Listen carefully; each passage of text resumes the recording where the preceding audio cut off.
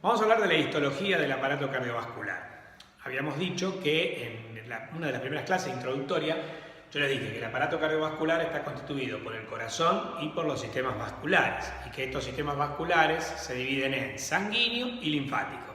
El sistema sanguíneo, vascular sanguíneo, está representado por las arterias, los capilares y las venas, y el sistema vascular linfático está representado por los capilares linfáticos, los troncos principales, los vasos colectores y los troncos principales.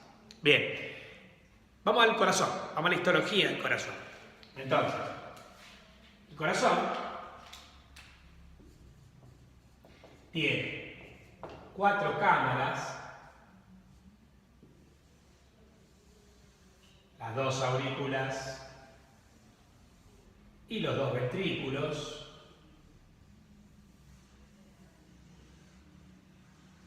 separados aurícula de aurícula por el tabique interauricular. Ven que esta es la aurícula derecha, esta es la aurícula izquierda, este es el ventrículo derecho y este es el ventrículo izquierdo. Entre aurícula y aurícula tenemos el tabique interauricular y entre ventrículo y ventrículo tenemos el tabique interventricular. Entre aurícula y ventrículo tengo el orificio valvular. La válvula auriculoventricular derecha, tricúspide, entre aurícula derecha y ventrículo derecho, y la válvula auriculoventricular izquierda mitral entre la aurícula izquierda y el ventrículo izquierdo. Bien, eso es esquemáticamente la estructura del corazón. Ahora, si nosotros, por ejemplo, cortamos, vemos los tejidos que los conforman, nosotros vamos a ver que en el límite auriculoventricular hay principalmente una estructura fibrosa. Predomina el tejido fibroso. Este tejido fibroso forma el eje de las válvulas y también forma la porción inferior del tabique interauricular y la porción superior del tabique interventricular, lo que se conoce como el tabique membranoso. Después el resto es músculo. Está formado por el músculo estriado cardíaco en forma predominante, ¿no? Porque en realidad, ya vamos a ver, al corte, el corazón tiene varias capas. Entonces, el resto estaría representado por el músculo. Muy bien, tanto en las aurículas como en los ventrículos, tanto en las paredes como en los tabiques, la porción muscular del tabique interventricular y la porción superior del interauricular. Bien, si ahora nosotros cortamos y ampliamos el plano de corte de la pared del corazón, nosotros vamos a ver que el corazón tiene 3 túnicas, pero tiene 10 capas. Las túnicas son el endocardio, a ver si cae dentro del plano. Sí, perfecto. El endocardio, el miocardio y el pericardio. De ahí para afuera tenemos el endocardio, que tiene primero un epitelio, que es el endotelio, que es un epitelio simple, endotelio, epitelio simple plano. Endotelio, que es un epitelio simple plano. Debajo del endotelio tengo el subendotelio. El subendotelio presenta tejido conectivo laxo,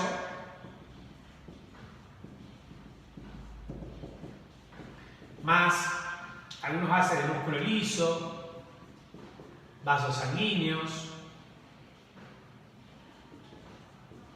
Y después tengo el subendocardio.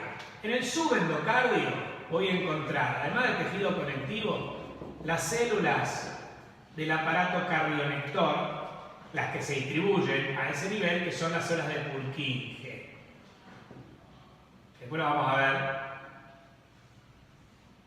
en particular. Bueno, entonces, lo que les decía, que todo esto constituye el endocardio. 3, este es el subendocardio, que tiene tejido conectivo más, por ejemplo, las células de Purkinje, que no son las mismas que las del cerebelo. Vamos a ver a qué nos referimos con esto. Bien, entonces todo esto es el endocardio. Después viene el miocardio. El miocardio, mio quiere decir músculo, entonces uno piensa que tiene músculo y está bien, tiene músculo. Pero no solo tiene músculo.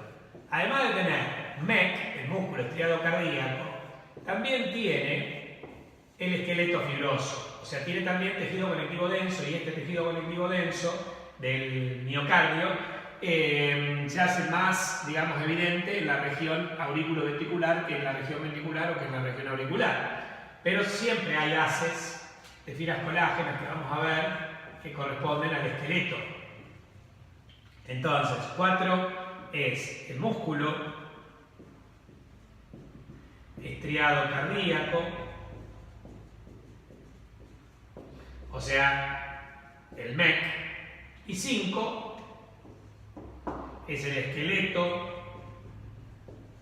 fibroso cardíaco de tejido conectivo denso. Bueno, esto forma la segunda capa, que es el miocardio, la segunda túnica. Bueno, y finalmente tengo el pericardio. El pericardio está formado por una hoja visceral, que también se llama epicardio, y una hoja parietal. Cada una de estas hojas tiene mesotelio y submesotelio. En el caso de la hoja visceral, el submesotelio del tejido conectivo está pegado al miocardio. Este es el submesotelio, que tiene tejido conectivo. Y después tengo el mesotelio, que es un epitelio simple plano.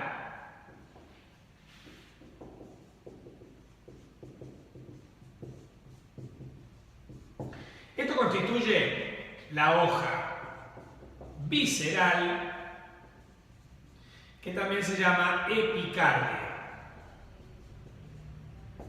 Después hay un espacio que tiene una pequeña cantidad de líquido lubricante, que es el líquido pericárdico. Esto se llama espacio o cavidad pericárdica.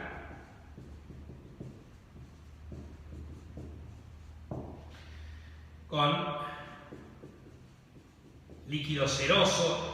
El pericardio, al igual que el peritoneo y que la pleura, es una membrana serosa, y se la llama así porque es capaz de segregar un líquido seroso con características similares al suero de la sangre.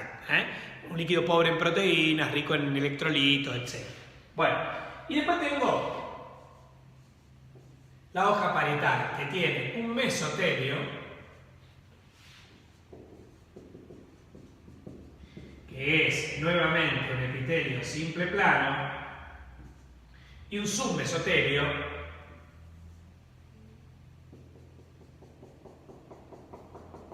que es tejido conectivo.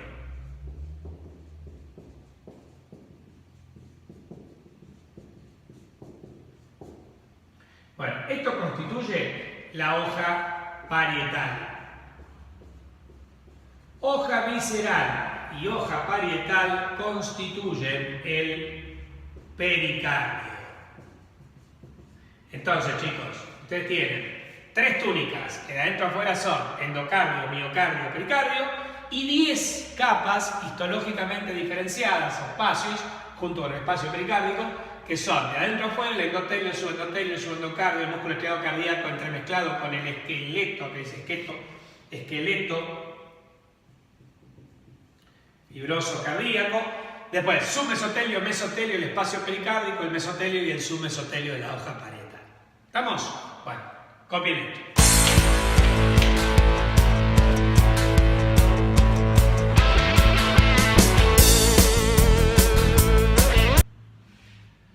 Bueno, ahora lo que vamos a hacer es tomar un corte aquí, de este sector, ampliarlo y vamos a ver el miocardio, o sea, vamos a ver el músculo cardíaco. Entonces, el miocardio está constituido por 2 tipos diferentes de miocitos, que son los miocitos para el histokit, 2 términos que están en el histokit: miocito típico y miocito atípico. ¿Por qué aclaro en el histokit? El histokit es una producción de la Cátedra de Histología de la Facultad de Ciencias Médicas de la Universidad Nacional de Rosario, o sea, de ustedes, pero de la facultad de ustedes, pero digamos que la producción, que está hecha por 4 grandes docentes que tuvo la Cátedra de Histología, que fueron Dotavio, Telles, Solari y Bazán, tiene conceptos que por ahí pueden o no ser aceptados por otros docentes, ¿entendés? Porque son propios de la cátedra de histología. Uno de los criterios es este, hablar de miocitos típicos y atípicos. Otros autores dicen, no, pará, típico y atípico o atipía es un término que se refiere al cáncer. Y es verdad, es un término que en medicina generalmente remite a las células que se transforman en células cancerígenas. Bien. Pero bueno, en Aristoquía la menciona así, porque en otros libros vas a ver como células contráctiles y conductoras, pero las contráctiles también pueden ser secretoras. Entonces por ahí, cuando se refiere a típico o atípico, se refiere a típico en cuanto a la forma, a la morfología, al MOI y al MET, y atípico porque cambia esa forma, ¿sí? Entonces, decíamos que el miocardio, el MET, presenta, vamos a llamarlo como el histokit, miocitos típicos y miocitos atípicos.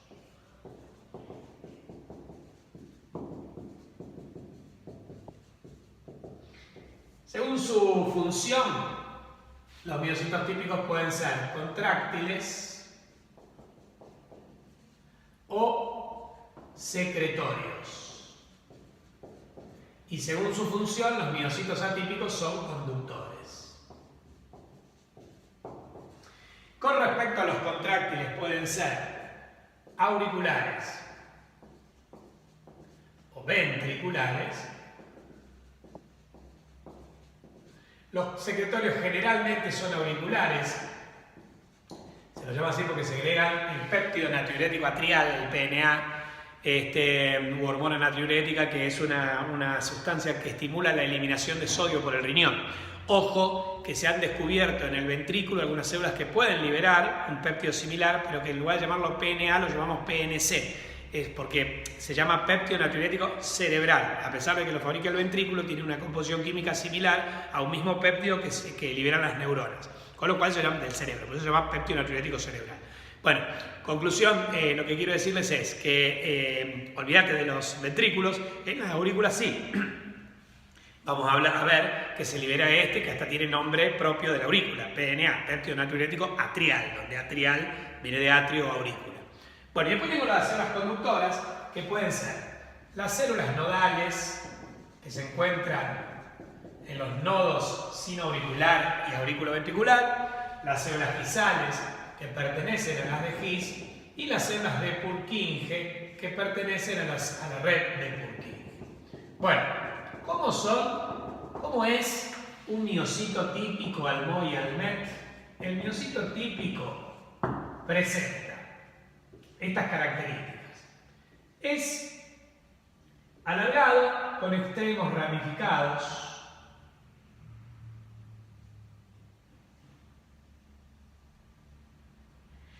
Tiene un núcleo único y central. Y rodeando el núcleo presenta el halo claro perinuclear o uso sarcoplásmico axial. Es una región del citoplasma donde no se ven estrías. Al MET esta región presenta casi todos los organoides, incluso mitocondrias, pero mitocondrias pequeñas, y no tiene las miofibrilas. En cambio, el sarcoplasma periférico es un sarcoplasma estriado. Ahí encontramos las miofibrillas que dan ese aspecto estriado y además encontramos unas fisuras sarcoplásmicas donde vamos a encontrar en estas fisuras sarcoplásmicas mitocondrias grandes. Bueno, la unión entre dos miocitos vecinos forma la llamada banda escaleriforme o estría de Eber o disco intercalar, porque tiene como una forma de escalera. Esta banda escaleriforme tiene una porción transversal que es rica en uniones adherentes, como las fascias adherens o como los desmosomas, y porciones longitudinales que son ricas en gap junctions, o sea, en uniones de tipo nexo. Entonces, los cuatro sectores del miocito típico son el núcleo, que es único y central, el uso sarcoplásmico axial o sarcoplasma axial perinuclear, y el sarcoplasma periférico.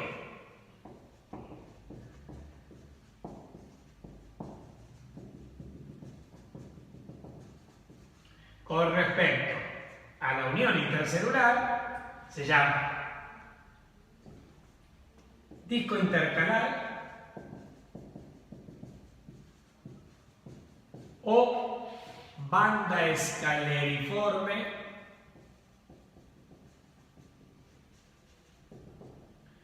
o estría de Ebert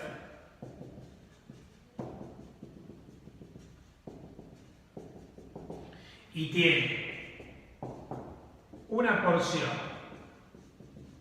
transversal rica en desmosomas o uniones adherentes, como las fascias adherens, y una porción longitudinal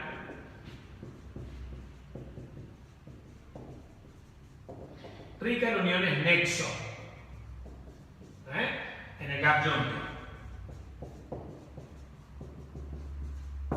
Al igual que el músculo liso, el músculo cardíaco funciona como un sincicio, o sea que decimos que es un sincicio funcional, esto lo vamos a analizar en fisiología. Bueno, con respecto al miocito atípico, el miocito atípico, nada que ver. Es una célula grande, globulosa, con núcleo único y central, pero después prácticamente todo el citoplasma está ocupado por una inclusión de glucógeno paz positiva y el sarcoplasma periférico estriado es muy escaso. Esta célula prácticamente no se contrae, lo que hace es conducir el estímulo. Entonces tiene un núcleo único y central, núcleo único y central, un sarcoplasma en una inclusión de glucógeno, paz positiva, que ocupa casi todo el citoplasma, y después el sarcoplasma periférico,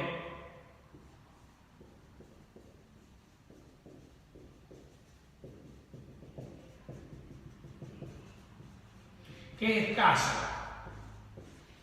Entonces, de ahí proviene el término de típico y atípico. Un miocito típico tiene tal forma y el atípico es raro para lo que es, digamos, una célula cardíaca. Nada que ver al MO y al MEN, es completamente diferente. Por eso el término de atípico no tiene nada que ver con que sea una célula relacionada con la transformación cancerígena, ni mucho menos. ¿Ok? Bueno, copien esto.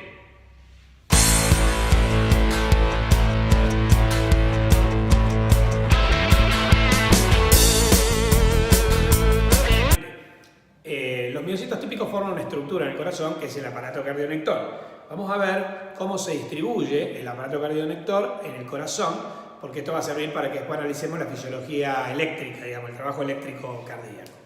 Entonces, el aparato cardionector se inicia por estímulos provenientes en el nodo sinoauricular o de Cady-Flack. De ahí los estímulos van a ir al segundo nodo, que es el nodo auriculoventricular o de Ashok-Tawara, y lo hacen mediante tres fibras que se llaman fibras internodales y que son el fascículo anterior o de Bachmann, el fascículo medio o de Wenckebach, que también es interauricular, y el fascículo posterior o de Torel. ¿Estamos? Bueno, entonces estas son las fibras internodales: fascículo anterior, fascículo medio, anterior, medio y posterior. Después tenemos el haz de His, que tiene un tronco o rama perforante, y después tiene una rama derecha y una rama izquierda, que cabalgan sobre la porción muscular del tabique interventricular, B y C. Y después, la rama izquierda se divide en una hemirrama anterior y una hemirrama posterior. Finalmente, el ADG se conecta con la llamada red de Purkinje, con las células que vimos antes que iban por el subendocardio, despolarizando a toda esta porción del corazón. Por eso es que el corazón, la onda de despolarización del corazón, comienza en el subendocardio y desde allí se distribuye hacia el subepicardio y lo hace a través de las uniones nexo o con despolarizar las primeras capas miocárdicas vecinas al subendocardio. Después la onda de despolarización puede progresar hacia afuera, hacia el subepicardio, a través de los nexos. Bueno, esta sería la red de Purkinje. También recorre el interior de ambos ventrículos. Bueno, entonces esto sería 5, la red de Purkinje.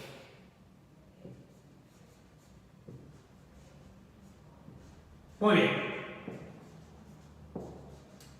Entonces decíamos que el aparato cardiolector está constituido por el nodo sinusal o sinoauricular,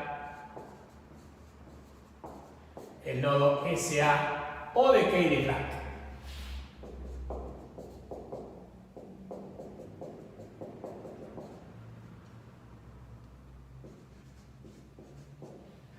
De acá, de este nodo, el estímulo es conducido por las fibras, hacia las fibras o por las fibras internodales, que son anterior de Bachmann,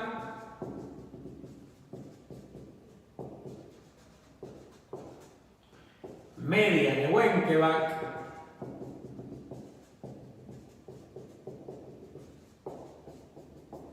y posterior de Tourette.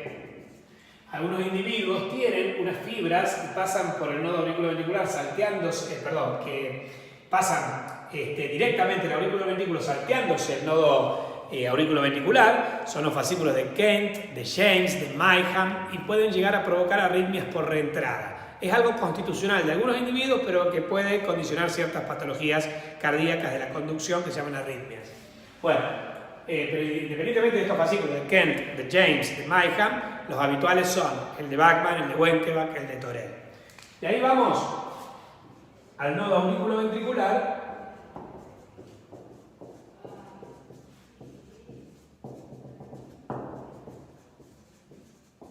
o nodo AB de Ashok-Kawara.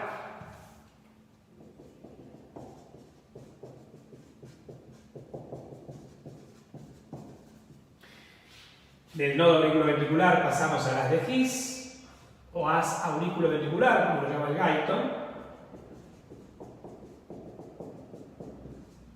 el cual tiene un tronco o rama perforante,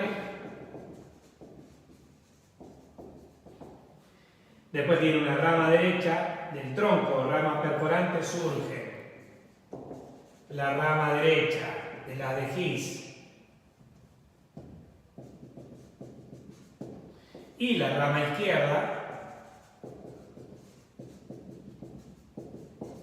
y de la rama izquierda surge la hemirrama o fascículo anterior y la hemirrama o fascículo posterior. Y de allí el estímulo se completa con la estimulación de la red de Purkinje.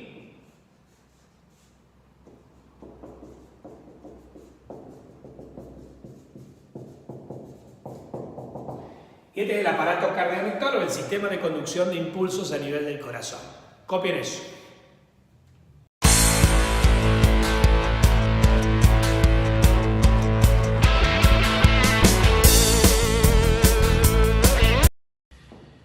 Bueno, queridos, esto es la histología del corazón. Es muy fácil, es muy sencillo. En la próxima clase de histología les voy a explicar los vasos, o sea, arterias, venas y capilares. Una vez que tengamos armada la histología, pasamos al desarrollo de la fisiología. Nos vemos y cuídense.